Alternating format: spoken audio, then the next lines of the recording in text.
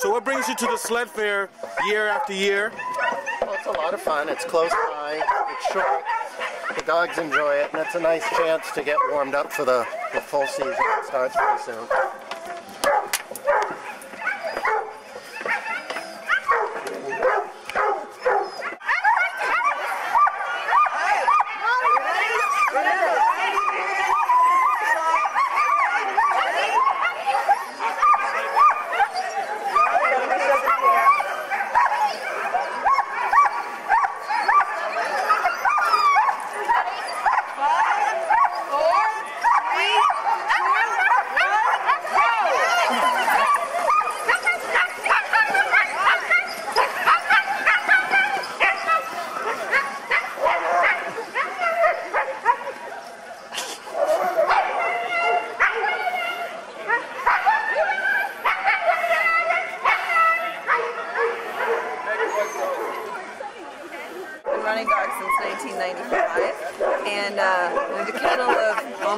Alaskan Huskies, do some long mid-distance racing, but I started sprinting and I started with a lot of these people, and I've been organizing the rig race here at the New England Trade Show for, well, since we've had it, so have we 4 or 5 years now, and it's grown, and we get lots of people and lots of kids, and it's great for new folks to come. A dear friend, elderly woman by the name of Faye Krause, started the trade fair back in 1995, and it was in Rochester, New Hampshire. It moved into Maine for a few years, and then it moved over back into New Hampshire because we were looking to have a more centrally located spot where people from Mass, Connecticut, New York, Pennsylvania, could all meet in a more central location. And I think it's really worked out well that way. I truly believe that this event is a great help to the newbie or even the guy that's been doing it for 20 years. Even if you don't spend any money, you just come and listen to the speakers. If you hear one thing that's going to help you learn how to mush better, then it's worth it. Plus, you get the benefit of being able to touch the equipment, talk to people, learn, how to use it, what's the best way to do this or that. I think it's an invaluable event myself as far as getting new people into it. It's such a great sport, and you guys like the Boston Snow Dogs that are doing the urban mushing really puts it out there to the general public as to what a great way it is to exercise your dogs. I mean, what better way than to be out there with your dogs for, half an hour or an hour with a scooter or a bicycle? It's just awesome.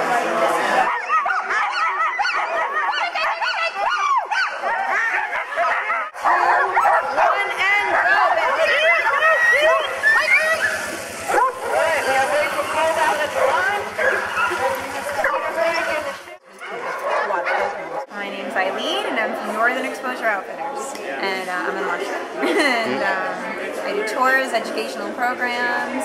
I supply New England and actually the world now, because we ship to New Zealand with mushing equipment.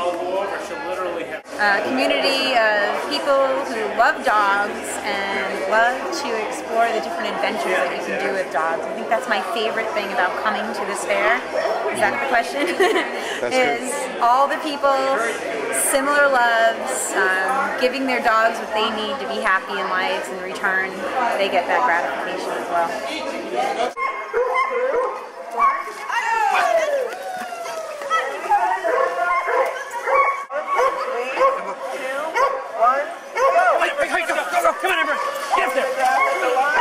This is our second year at the trade fair, and it's absolutely great. We meet a lot of people that we could never become in contact with over the phone or on the web.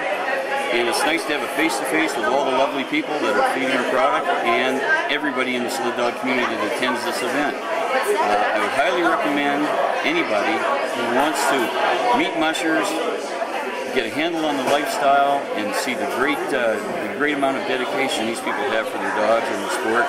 I would recommend you come down and have a peek. Alex Murphy, it's MaineMade Dog Sleds.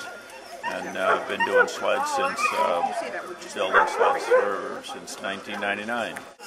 You know, I started off with a hand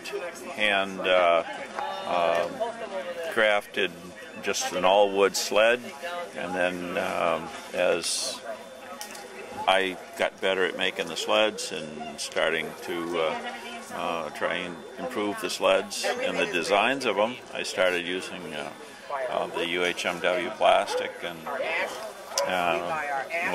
carbon fiber and you know, a few other things to make the runners a little bit stronger and more flexible. We started racing in 1957 with St. Bernard, and I've been racing ever since. We actually started coming to what they call the Northern New England Trade Fair probably more than 10 or 12 years ago. At that time it was established in Maine. We've been coming every year. It's a great opportunity for people to come and intermingle with other dog folks, ask a lot of questions of seasoned racers, and learn a lot about the sport. Nice to see everybody. It's an annual get-together with all the mushers here in New England. We've got some scooters here today, mostly just so people can check them out and try them if they want to. And that's what I'm doing down here today. Sled dogs and huskies specifically in South Africa, which is a snowless country for the last 20 years. So we consider ourselves as well experienced in dry land sledding.